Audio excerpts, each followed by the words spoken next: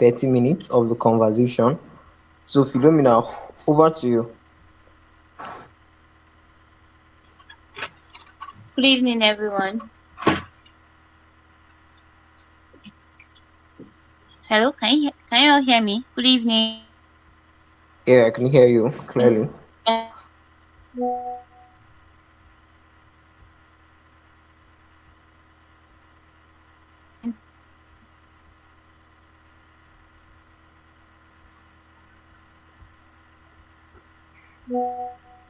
Welcome.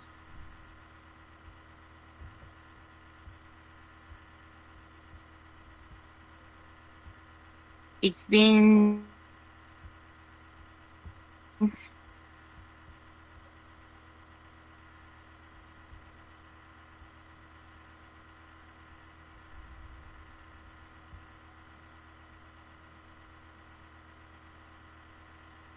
I don't know if it's from my end, but Philomena, can you hear me? an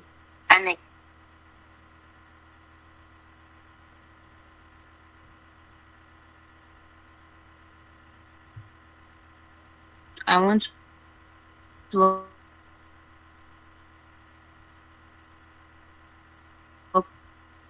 everyone to this session. This is our second should I call it webinar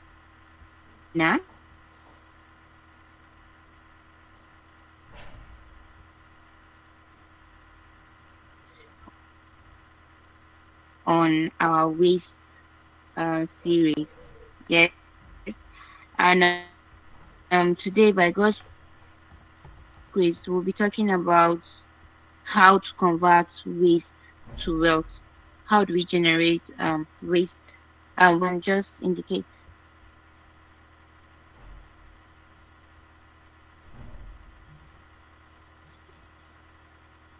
Hello, Okay, Phil, I was thinking it's from my end, but can you hear me now? can you all hear Your me? voice, your voice was breaking along the way, but I heard your last statement.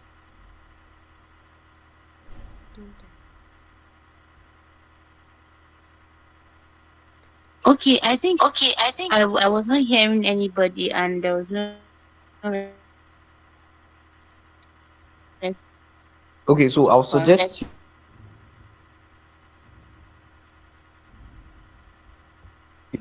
So I think a it's little network. sync issue.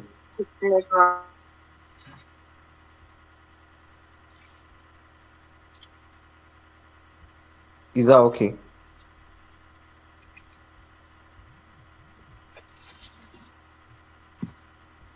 Okay, Joanne, can you hear me? Mr. Bosan, Afodia, good evening. We've not heard from you. Joanne, if you can hear me, let me know if it's my end. Yes, I can hear you.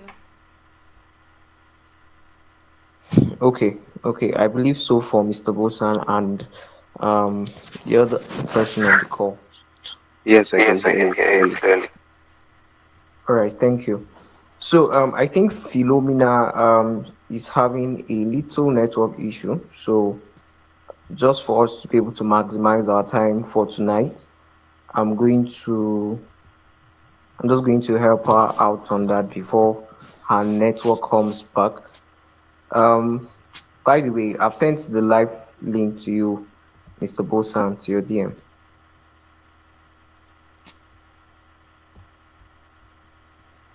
Okay, I'm meant to understand that the person behind the profile of Aphodia on this call is Mr. Benjamin Tongrot. Mr. Ben, are you there? Kindly let us know if you are here.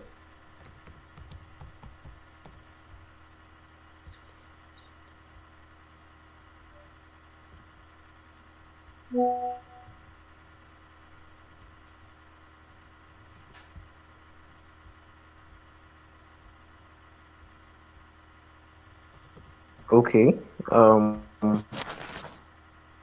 That person's mic has been muted. Sorry All right. for about that. Please, can you hear me all now? I can hear you, but your voice still seems okay. I can't even see you again. All right, so let me just pick it up from there so that we maximize our time.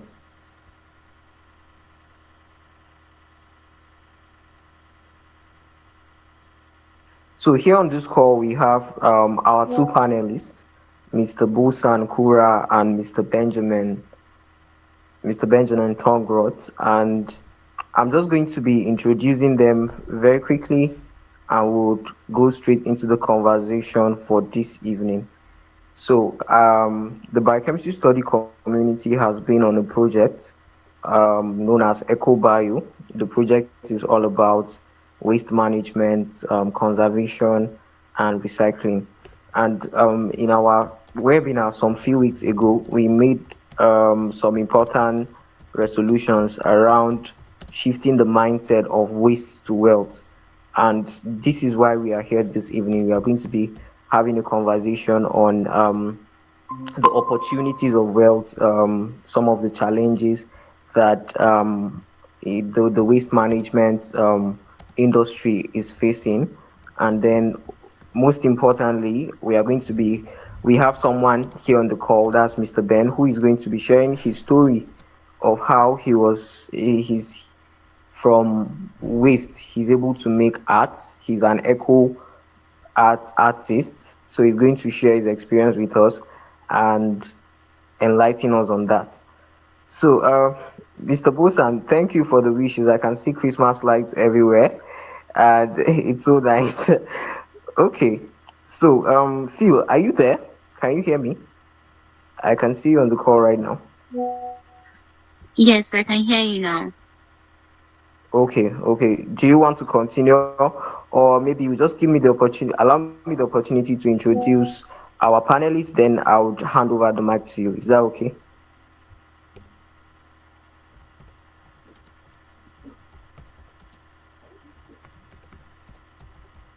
Yes, Okay. please Yes, go on. please go on. All right. So I'm Thank just you. going to read. I'm just going to read the profile of Mr. Ben very quickly. Mr. Bosan. I'm going to read his profile to our loud hearing. So Mr. Bosan is an experienced waste management and sustainable development professional with a proven track record in project management, advocacy, and capacity building. He has led and furthered initiatives like the Just City Waste Project, which contributed to creating a state waste management framework and trained displaced youth on sustainable waste to wealth techniques. Bosan has also coordinated awareness campaigns, facilitated partnerships with diverse stakeholders, and overseen innovative recycling and waste reuse projects across Nigeria. His expertise combines technical knowledge, community engagement, and strategic leadership to promote environmental sustainability and economic empowerment. He's here today with us to discuss on the subject waste to wealth. Let's give a round of applause to Mr. Bosan. That is such a solid profile. That's such a solid profile. Okay, so thank you for honoring us today, Mr. Bosan. Mr. Ben, I've not heard your voice. I would want to hear your voice before I introduce you, if that's okay with you. There's a mute button just before that hand icon, in case you're trying to find your way around it, because it's unusual that. Hello? Yeah, Hello? there Can you you hear me go. now? Can you Yeah, hear I me can now? hear you loud and clear. All right. Yeah, All right. thank you for joining us tonight. You're welcome. You're welcome. Okay, so Mr. Benjamin Tongorot is an eco art artist. Call that name Call that name correctly. correctly. I'm sorry. Sorry if I murdered your name. Please correct me. Tongue roots. It's Tongue tongue root. roots. Okay, Mr. Benjamin Tongue Tongue and root. root. Okay, Tongrot. Yeah, Yeah, correct. correct. Okay, that's really amazing. Mr. Benjamin Tongrot is an eco art artist um who is currently based in Jos Plateau State and study at University of Jos in give me a sec. Yeah, he's currently studying his MSc in University of Jos, and he's here to Mr. Benjamin, your there's an obstruction from your Okay. mic. Can you just mute your mic? Thank you. So he's currently studying, he's doing his MSc in the University of Jos, and he's going to be sharing his experience with us on how he's able to convert waste into art this evening. Thank you so much for joining us. Let's give him a round of applause.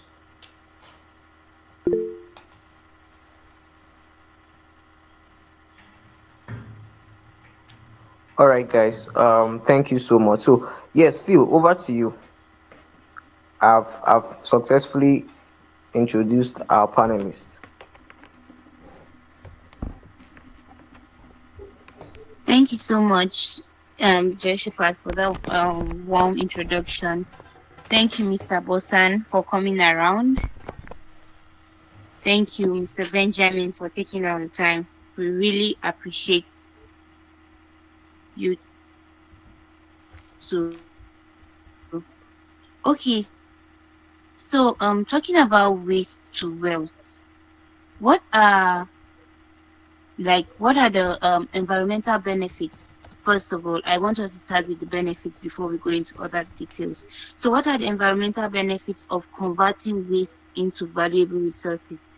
Given that, let's say we are in a student setting, yeah? So we don't, most of us don't even think that there's anything good that can come out of waste. So what are the environmental benefits of converting waste into valuable resources? Please, any of you could answer the questions.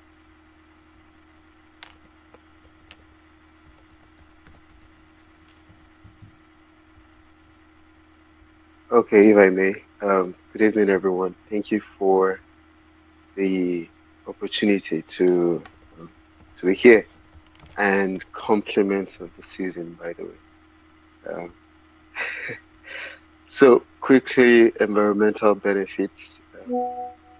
I think it's um, waste. The environmental benefits for waste is very much obvious. So maybe what I'll be speaking about will be what we've all experienced, or what we can relate to.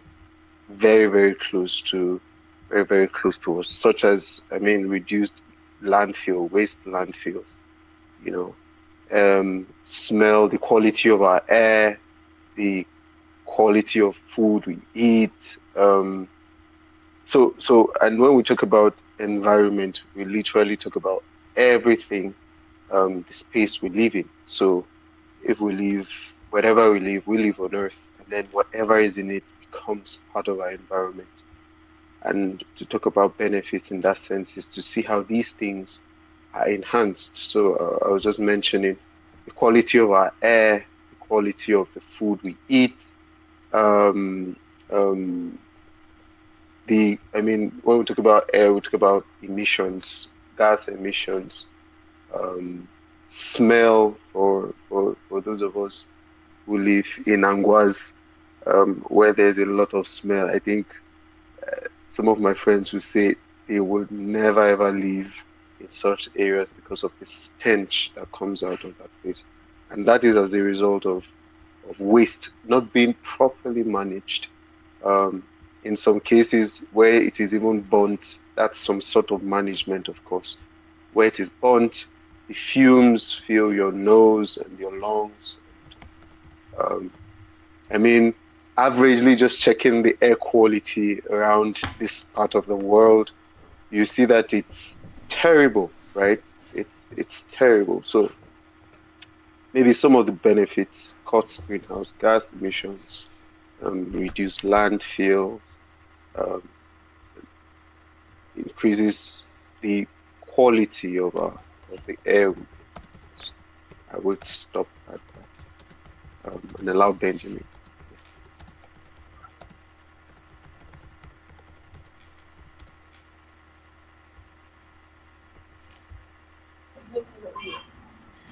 Yeah.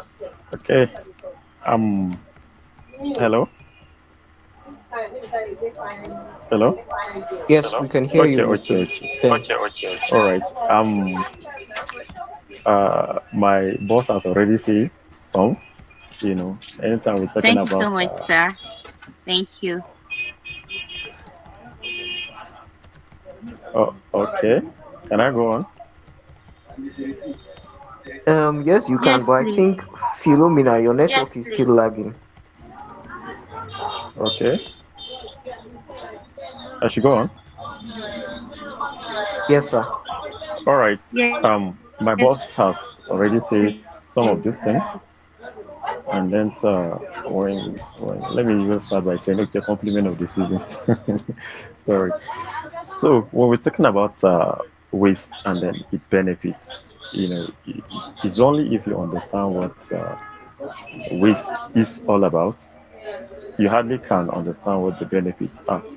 Because living in an environment, even me, I live in an angwa, just like my boss. But my angwa and his own angwa, I don't know which one is more, you understand, irritating when it comes to, dumping of waste, trashing it anyhow and all that. One of the thing here is that people are not aware, people are not educated, people are not, you know, oriented on how to manage this waste of the thing, right? So it end up becoming serious, like serious challenge even to their health as well. So when we talk about the benefits of recycling, waste management, so to say, understand, we start talking about, let's look at our the environment as a whole. How clean an environment is, and then by the time we channel some of this trash. I usually call it trash. I don't like using the word waste. By the time we channel some of this trash properly, you understand that we have a very conducive atmosphere. You understand the air we breathe will be, fresh as such. And then there's this promotion of sustainable practices as well. Some of these waste to well initiatives, it encourages sustainability consumption and some extent and production of patterns. you know. So they promote the ideas that waste can be viewed as a resource and also fostering a culture of sustainability that can as well lead to a broader environment when it comes to the benefit as well. And then I think soil improvement as well. We have soil improvement as well. Some of these words are organic. So we call it organic waste. So which can be as well converted into compost, you know, and which enriches our soil and give it this health and then fertility. Especially when it comes to, sometimes I heard the government are saying, okay, everybody should go into farming. So, for instance, you don't have an environment or a space, sorry, in your environment where you can do your farm. You do the sack farm, right? So how can you get the soil? So you have to go to where the soil is that fertile, and then you collect some of those things, you put them in the sacks, and then do your planting and other things like that. Then I think one of the benefits again is innovation in materials. You know, so by the time we waste conversation can lead to the development of these new materials that are more sustainable than traditional options. Like let me say, for example, bioplastics, which the area I'm based at. I'm very good at plastics and then as well papers. So it made from organic waste, which can be replaced petroleum-based plastics and reducing reliance on fossil fuels. But the danger of this is the smoke, you understand, end up affecting, whoever that is around there trying to burn the plastics. So it's another research we're trying to do in my own ends, to see how we can as well burn some of these plastics and without causing any harm for a human being or causing harm to the environment or the air we breathe. And then we have numerous of it, so I think I'll just talk here for the benefits and then watch ahead. Thank you.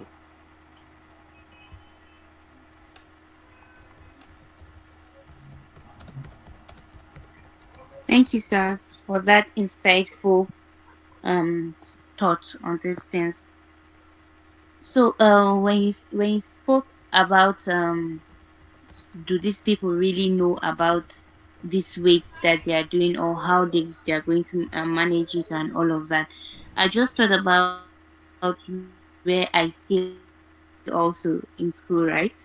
And right in front of my house, there's a a dumping site.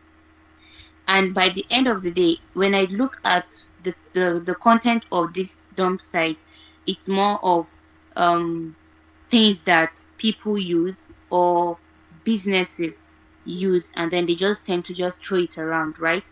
So I want to ask a question.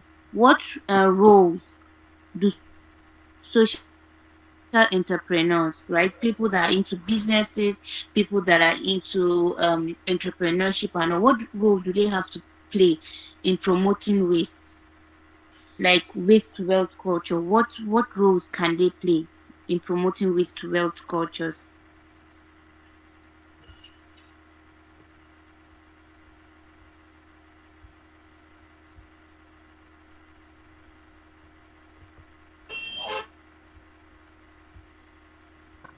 Okay. I think there are a lot of rules that social entrepreneurs can play as well. In fact, the rules are very crucial when it comes to promoting waste to wealth or trash to cash or garbage to go or, garbage to treasure or trash to treasure, several of them. I think one of the rules that is so key to me, which I believe most of us recyclers are doing, is this awareness and education. To raise awareness and about importance of the waste reduction and sustainable practice. It's very, very important, especially in our communities. It's easier for us to abuse something if you don't know the value of it. It's as simple as that. But by the time you know the value of something, there's no how you understand you're going to abuse it. Why? Because you know it what, right? So I think by the time we, the social entrepreneurs, create some of this awareness, and educating the communities, it will go a long way, you know. And another role I think we play is community engagement. Social entrepreneurs, typical people like us, engage in local communities in these initiatives. So by the time we engage the community, because most of these people in our communities, in fact, like my area, I think I'm the only person, you understand, and it started when I was living in a more, you know environment that is not hygienic at all before I relocated to where I'm living now. So when I started some of these things, some people, there's this call thing in Hausa, it's called babumbola. I don't know if you understand Hausa very well. You understand? So I was named that, like in fact, it's just that I took a deliberate step. If not, I would have, just give up along the line. And most of the people I'm training, most of the people I've trained, most of the people I'm trying to work with, once they hear they calling them babumbola, they were like, why should I be why should you be calling babumbola? Babumbola is some of these people that go to trash bin and collect garbages. We call them scavengers. You understand? So those are the people they call babumbola. That's basically in Hausa. But me, to some extent, I don't care, because I know where I'm going and I know what I'm doing. So it's a deliberate effort like that. So by the time we don't engage them, In fact, what even prompted some of them to like, okay, let me follow Ben to do what he's doing is when they heard, okay, these people are coming to interview me in the house. You know, that was when I even started as newly. I was still a novice for the business. You know, so when they now saw the interview, I didn't even watch it on the TV. But when the people watched it on the TV, eh, Ben, we saw you on the TV. We saw you on the TV. I was like, how? So I had to start following TV to see if I can see myself. You know, so they started feeling a little bit, you know, encouraged to see if they can, jump the business. But business is a business. This trash business is a business that you have to dirty yourself for the clean money, or else forget it. So sometimes you have to get the gloves. You have to, you know, get some of these gloves that strictly you're going to trash bins, collect some of this trash, and not sending or minding whosoever is around or pointing or saying anything as that. So I think one is the role. And then another role I think we play is the job creation. You know, just as I said, training and then the people I'm still training. I'm trying to create job, not for myself because when it comes to the trash business, it's actually, in fact, it's as wider as the world. So one person, two people, or a group of persons cannot really do it. But by the time you agree in your own environment and then come together to do some of these things, in your own locality, you can end up seeing that, okay, some people are beginning to get, penny from it. The money is not much, like it will come in thousands or in dollars, like, but the little you're having, at least, is a business that we start with zero capital. I think the only capital we started with is the idea we have in our heads, but when it comes to the finance, because we have everything at our disposal, the raw materials are there, everything is just there. So the little money we're having, you understand, we buy some of these small, small things, like, and that's how the business is going, like a snail move, gradually, gradually, and all that. So, in fact, it has a lot of, you know, like that. So, and mm, I think that is that for now. Let me just all up to save time. You know. Yeah, thank you. Thank you so much, sir. Thank you. So I think what came into my mind when you were speaking before Mr. Bosa would say anything is it was the passion you have for our world, this earth, right? That makes you to do what you do. So if I think if all the entrepreneurs we have around can just think about making sure that their businesses, their careers, whatever is directed towards converting the waste that is being generated within their businesses to wealth, I think it will go a long way. Thank you so much, sir. Mr. Bosan, do you have anything to say with regards to that? Yes, so I'm glad that he even started speaking because um, I'm also learning from your experience, Mr. Ben, and hearing you highlight some things it just resonates across board. For the work we do at Just Green Center, also, you talked about community engagement. You talked about the value people see it as waste, and what do you see it as? But by and large, maybe not to overflog the issue. When we speak about social entrepreneurs, we're talking about people who see problems in our society and try to make it a business. Now, them making it a business essentially is not just to make money, but is to see how these problems can be solved. And I like how he said, um, money isn't the goal, right? If you are into waste business for us, and like for us, I think for a lot of people into the waste business, some may be for the funds or for the money that it brings.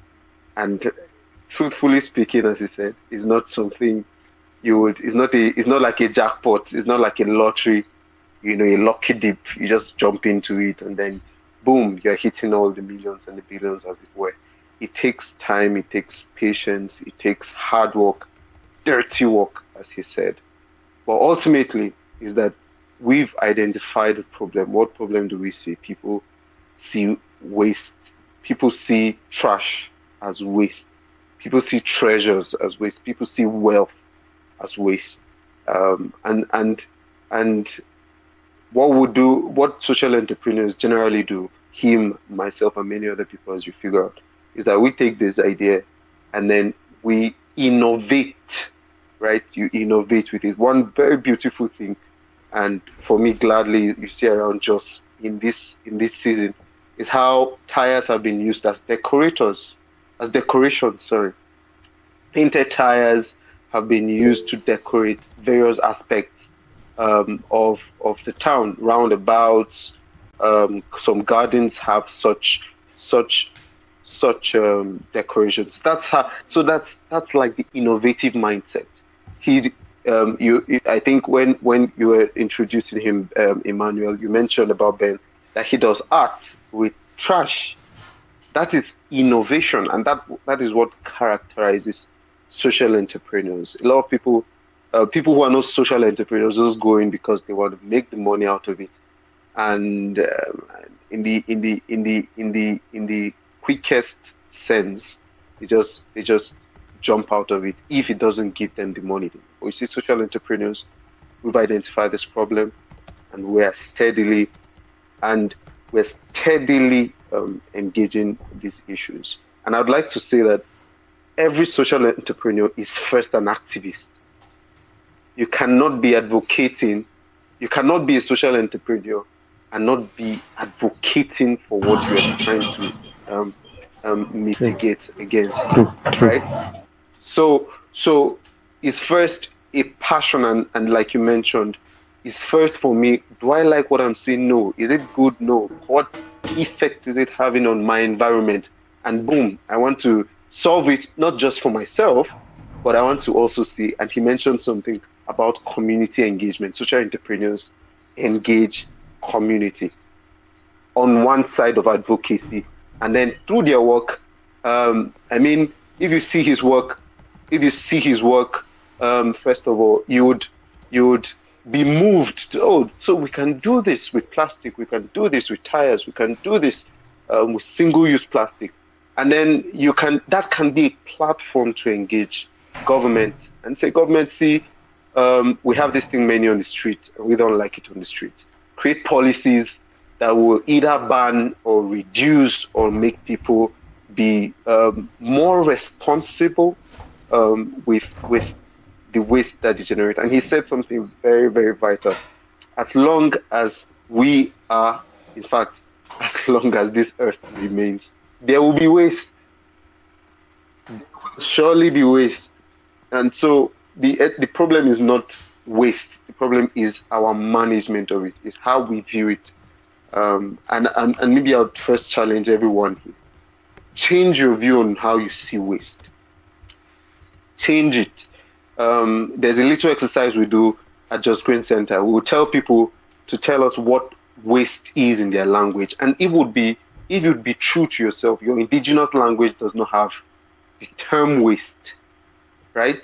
It's either something I don't have use for at the moment. That's what most languages have it as, or something I am done with for the moment. And so when we begin to change our view, and it's sad that we've gotten into this culture of gotten to where we are on the linear economy, they call it. You use, you buy, you use, you dump. We don't see how we can use and reuse and reuse and recycle. So in that space, again, I would say innovation is needed for anyone who is thinking about going into that space. You need to be thinking at the toppest top. You need to be looking at trends. You need to be observing what developed countries are doing. You need to know where money is going so that you can begin to innovate, and you adopt what is globally, and you adapt it to your local context. And that's when you begin to see, that's how you begin to see social entrepreneurship being entrenched in the fabric of our society. Yeah, I think if I go too far, yeah. So for me, that's it. But I'm just corroborating what Benjamin said. Wow, wow, that's so profound. That's really so profound. I don't know the issue, but Phil left, so I might just take it up from her. Thank you so much, Mr. Bosan and Mr. Benjamin. Mr. Benjamin said innovation is needed, very, very important, and I think that is going to lead us to the next question.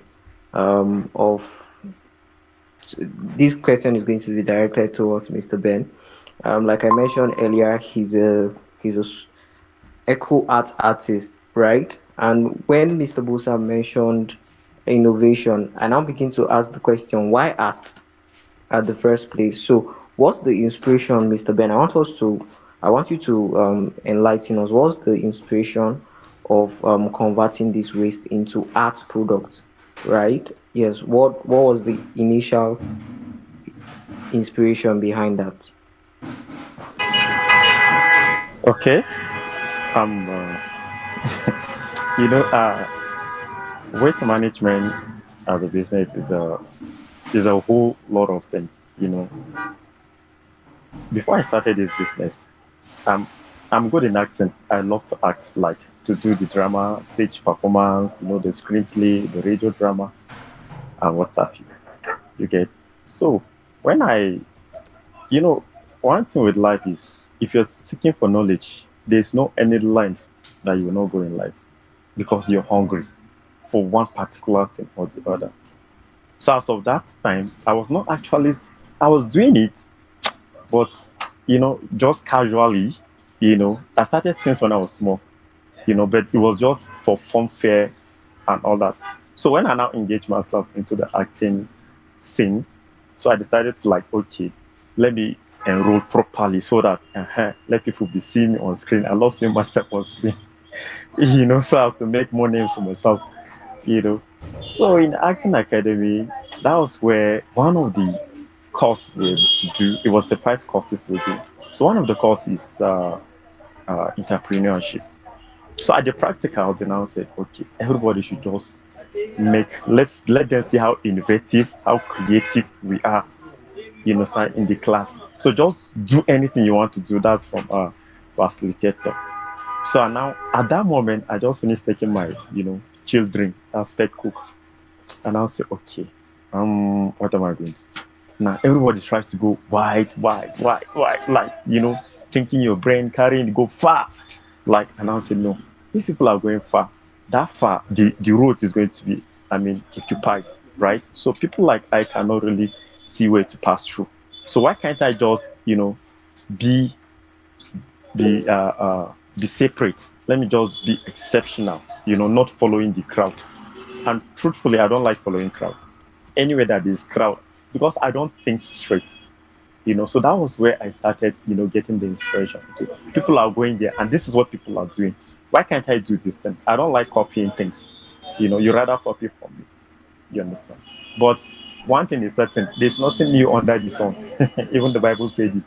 You get. So no matter what you're doing, somebody does it already. So one certain time I'll try to do something. When I was thinking of it, on it, my television, even I saw somebody did something. Do you get? So it's a serious challenge to me. Like, so going back to where I was, the school stuff, everything. So when people were trying to do the big things, and I'll say, let me just go on the small things. So I started, cutting the plastics. I was just making some nonsense things. I call it nonsense because as of that time, I've not know the value of it, but I was just making it. But I knew after the class, sure, I'm going to, make an end from it. So that was how it all started, you know. So that's just where the inspiration now came. So when the now came, so when the now facilitator now, that's my own lecturer now. So what I did, he was like, you mean you did this? And I said, yes, I did it. So everybody was like amazed, amazed, amazed. So from there, I now have had an itch over all my, classmates like that. So we started doing it, so and so. And then one other thing that inspired me is the environment. Any environment I enter, I try to see what what people are throwing away as. the trash. In my mind, I'll be like, it's like this don't understand what is happening in this world. Totally change its dimension. So if only they know why, if only they know that this thing they're throwing away can actually make something out of it, I don't think they will do that. But the question, the answer, the way I answered myself was, they were not aware, they were not educated. You get. So if you look around, you see so many recyclers, so many waste management, so many people, doing almost the same thing over and over and over. So if all of us are going through one tunnel, then who is going to cover the other side? Nobody. And that's why I decided to like, okay, let me be doing the arts and craft stuff, everything. And I started doing what they're doing, widely, and then me, I'm doing it closely, doing the art stuff, everything. So if you come to my house, you'll see more of these artworks. It's not that I cannot do the other thing, but one thing is certain: the waste management business is something that, like in my own case, I started with nothing, no any funds to start up with. I started with the little raw materials I had in my environment, and now I'm having some of these stuff, like, you get. So by the time you say you want to go into the, getting the machines, the facilities, the environment, some of these machines that will break this, plastics into pieces, melting, is a huge lot. And that's what makes some people to even feel discouraged. When will I have this? When will I have this? You get. So me, I don't look at the bigger picture at the moment. I'm only looking at the smaller, because in as much I'm trying to look at the smaller, picture of it, my aim is to have to start from somewhere. You have to, and that's why I'm starting from the art aspect of it. So many recyclers I come across, you'll see them melting plastics to become bricks, melting plastics from, carpets, sort of things like that. You understand? So when I shared my own aspect of it, they were like, but you didn't melt yours to become the food mats or the plastics and other. I said yes, because that's the area I specialize on, right? So in as much as you're trying to cover the other side, let me cover the other side as well. So by the time that we all cover, you cover your ends, I cover my ends, we end up seeing that we go far in life, and then business itself, it will go, so big, and then our environment, of course, is going to look so clean and healthy, you know. So that is Wow. that is just it. Like, Wow. Wow. I really think at this point he deserves a round of applause.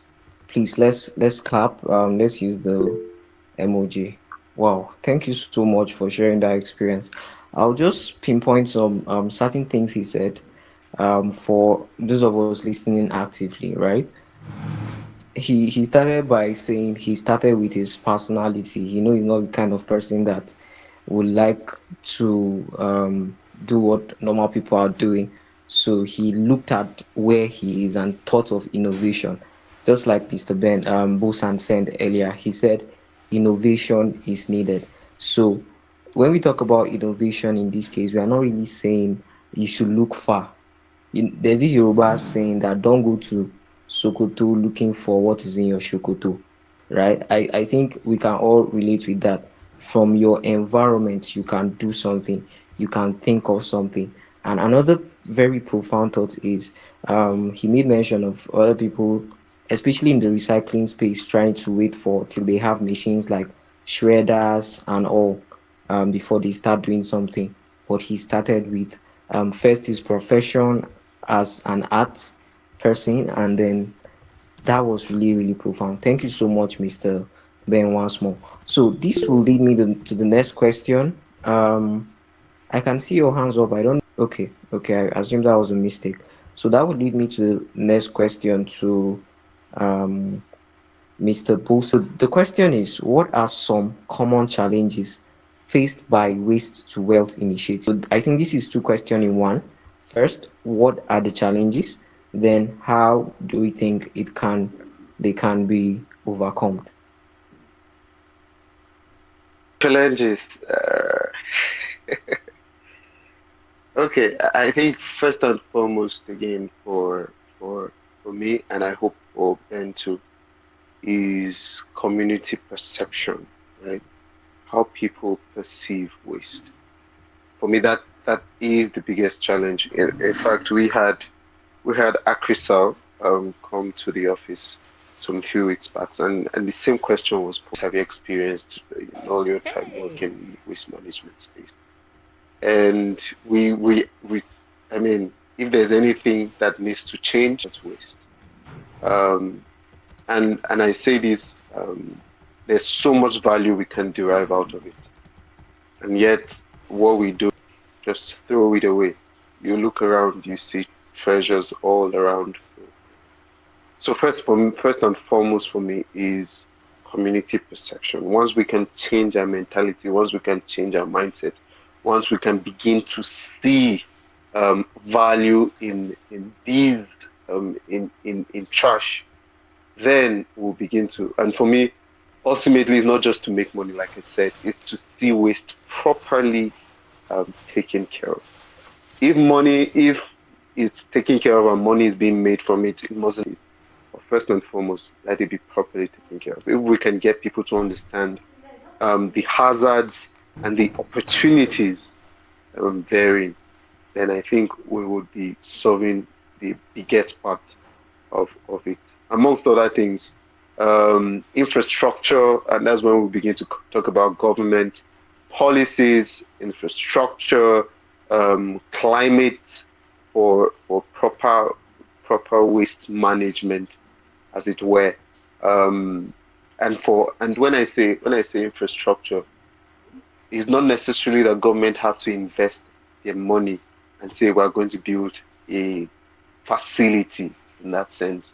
But things like public-private partnerships, things like having the right policies. We've been pursuing one for the last 4 or 5 years at Just Green Center, which we hope would would we're working on a framework, a waste management framework with the state government, and then inside we have a clause that talks about primary level waste management. That primary level